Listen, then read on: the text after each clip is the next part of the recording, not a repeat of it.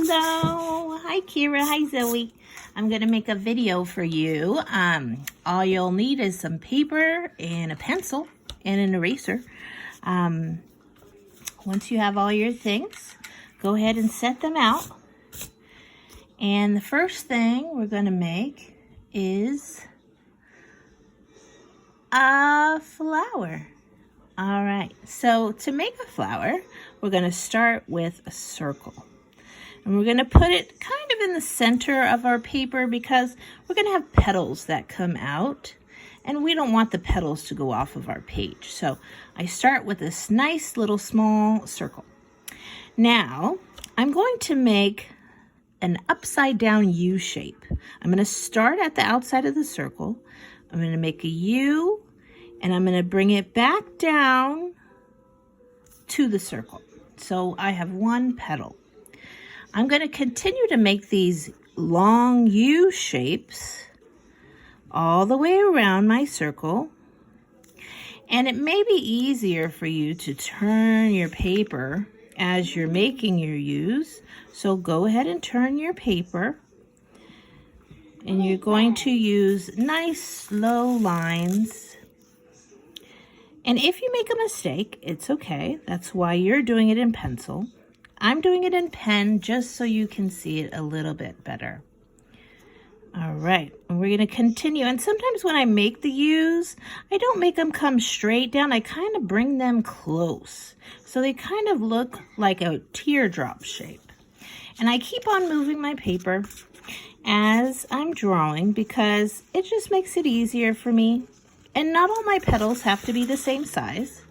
They can be different sizes. That's okay too. Just do it however you'd like. You're just going to continue making those long U's all the way around your circle. And if you make really big U's, you'll have less petals. And if you make really thin U's, like I did, you'll have lots of petals. So you can make your flower however you'd like. I'm just kind of doing this so you can get an idea of some thin and full flowers. All right, so once you've got all your U shapes, you see a nice flower. Now you can add some details to this flower. You can add some little polka dots to the center. And that kind of looks like the center of the flower. You can also add little scratch lines. Now, a scratch line is a very fast and short line. I push my pencil down and then I pull it up. I pull it up.